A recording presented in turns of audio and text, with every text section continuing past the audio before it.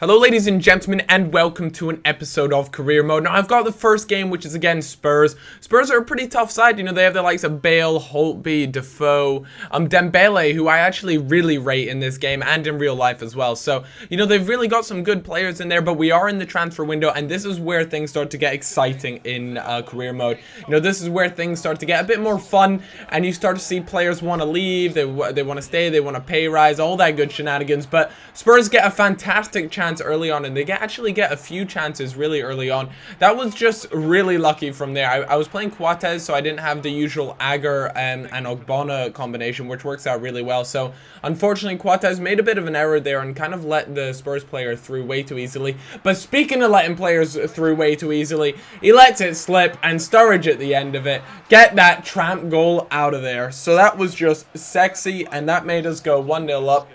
Really happy with that. And yeah, we had Sturridge. I believe I was also playing Aubamayang in this as well. If you guys remember correctly from the last episode, we actually had Aubamayang. He was offered, I believe, 51.5 million from Barcelona. And yeah, that's still, yeah, they said they'd match it and go ahead. So I believe they're probably just discussing personal terms at the moment, you know, contracts, things like that. So we'll have to wait and see how all that pans out. But Ulreich there makes a beautiful save as he drops himself to the ground and just does a great job of making sure it doesn't go in. Another fantastic save from him. He is actually playing really well despite his sort of poor rating and things. So, well, I don't want to say poor rating because 85 rated keeper is solid, but you know, he's just not progressing as well as I would like. So I'm not entirely sure whether, you know, 85 is his sort of max limit, but it'll be interesting to see what happens. Coutinho there, low on energy, just toying with the defender, and then actually scores, which is kind of rare for him. You know, he's not that much of a goal scorer, so I was really happy when I saw that go into the back of the net, and I was just impressed more than anything with the fact that we were actually 3-0 up. And unfortunately for them, the double tap cross, I suppose, the double X cross, didn't work out well for them. But I have to admit, guys, I don't know whether this works as well offline as it does for me when I play online, but if you guys want to really abuse the wings and crosses, use the triple tap cross. It works magnificently well. I think it's really one of the most underused sort of mechanics in this game, and it just works magnificently. So if you guys have the ability to do that, and if you don't know what the triple tap cross is, it's pretty much just fires the ball along the ground, just straight across the goal, and most of the time there is someone who's willing to just chuck their body forward at the ball and it will end up as a goal. But a solid victory over Spurs, and that is just another 3 points in the bag. You know, we are playing so well at the moment. This combination of Aubamayang and Sturridge is looking really good at the moment, but we're all aware that Aubamayang is most likely on his way out because of Barcelona and how much they are willing to get their how much they're willing to pay to get his hands on their hands on him. Sorry. So it's going to be interesting to see what happens, but a transfer offer comes in for Suso. I believe it's just a loan though. Yeah, and I decided to accept that simply because he wasn't getting enough game time at the moment, so why not send him out on loan and see if he can get some game time elsewhere. Some of the other players I was really interested in looking at were some more strikers because of the fact that we're looking at, you know, it looks like Aubamayang could be on his way out. I'll be very surprised if, you know, they don't agree personal terms for a club like Barcelona. You know, sometimes things may not go down so well if it's for a lesser team or something like that. But usually when you're taking a step up in the world, it tends to almost always be the green light. So I had to find someone to replace, and, you know, one of the players I was really interested in was Alexander Pato there. Pato is a quality player. He's only age 24 as well. I believe he's rated 85 or 86 at the moment, so he still has a lot left in him, and I believe he goes up to like around a 90 rated player. But I actually stuck out a tweet and I was like, guys, what do you think what do you think of Alexander Pato, and do you think he would be a solid replacement for President Obama? Do you think he would be worthy enough? And as you can see, the confirmation comes through. So sorry, 52.5 million for Aubamayang. We only get 44 million of that, but that's completely fine with me. That is a nice juicy transfer budget we have now. Also, we have 178,000 on wage budget, so it does mean we have enough to go and pick up ourselves a solid player.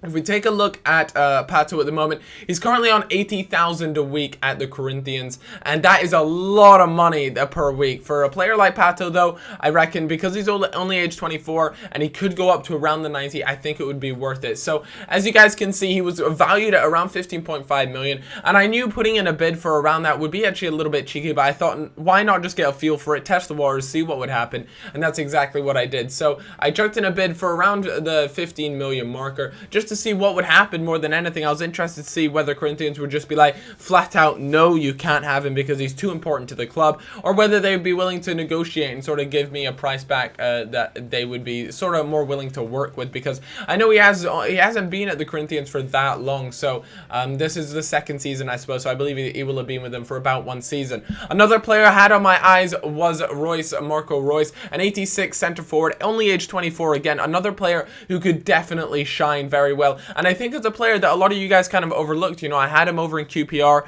when I was playing with them, and he was actually really well. He was my sort of backup striker, but still, he was a fantastic player. Another player I was interested in was Rodrigo. I had him over at Ajax, but I only had him for a very brief time, so I felt as though, you know, if he was interested in coming over, then we could definitely work something out. And I get another transfer offer in, and usually, you know what the best feeling is? When you get transfer offers in, and you get about 5 of them just in one little advancement. So, you know, I just love getting transfer offers. It just makes things a whole lot more exciting. And it was actually from Juventus for 4.2 million for Sven Ulreich, and it was only for, and you know, considering he's valued at 5 million, I thought they really hit me with a bit of a low blow, kind of saying he's not worth that much, whereas for me, I definitely think he is worth that. He has been one of the most consistent keepers I've felt that I've had in any team, any squad that I've used. So for that reason, I was a little bit, you know, shocked that they only offered 4.2 million. But at a game against Stoke, and I believe this was a cup game as well, so it was important that we do well in these domestic cups. Last season, we did do very poorly in all the domestic cups, so I really want to step my game up and see if we can do much better this time around. It was against Stoke. It was an away game as well, so the pressure was on. We actually had quite a full squad this time around, as Barini was playing, because obviously Aubamayang had left to go to Barcelona. And the sweat, the dirty tramp was on. You can even see I kind of just waited for Sturridge to catch up. So you know I had the sweatband on. I had the bath running. I had everything ready, waiting for me. So that was just extremely dirty and sweaty. A great shot there from Sturridge. He turns onto his left foot. Keeper makes a fantastic save to make sure it doesn't go 2-0. And we were still hunting for goals, though. You know, we were playing very well. Despite the rain, which I can't fucking stand, we still do manage to make it 2-0. And again, it was through Sturridge. And again, it was very early on, so the team is still playing very well. I did definitely feel the lack of presence from Aubamayang. You know, he's such a key player in the team, although he had a very similar playstyle to Sturridge, and I don't really like having 2 players with very similar playstyle on the same team at once. But you know what, it worked for me, and it worked well in the first season. It seemed to be doing very well the second season. So now with Aubamayang gone, I was a little bit nervous as to what would happen to the team. You know, who was going to come in? Were they even going to do nearly as good as Aubamayang did? And you know, just was it going to click? Was it going to mesh well? So it was going to be really interesting to see what would happen. And I really tried some things with Barini, but he just didn't have that sort of extra pace, that boost of pace that I was used to with the players of Sturridge and Aubamayang. He didn't have that extra step in him, and that's kind of what caught me off guard. And so I wasn't managed to do any damage with him early on in the game in the first half. But still, I had my lethal man Sturridge, who was going to be there throughout the entire game, who's going to be able to bag the goals for me. But Stoke seemed to get a little bit more into the game as the second half started, as Kenwyne Jones there actually gets a header. That's what he's very much known for. He's so great in the air. He's aerially very strong.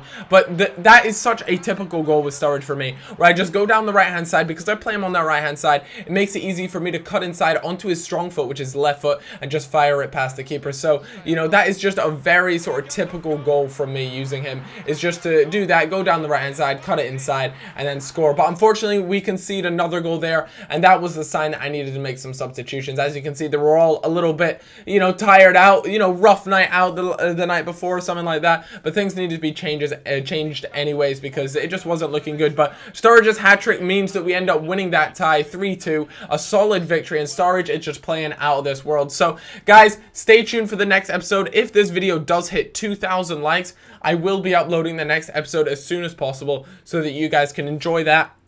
And yeah, you guys can figure out who do I get to replace Aubamayang. I hope you guys have all had a cracking day. If you haven't had a cracking day so far, I hope it gets just a whole lot better as the day goes on. Have a great day. I'll see you in a bit, guys. Bye-bye.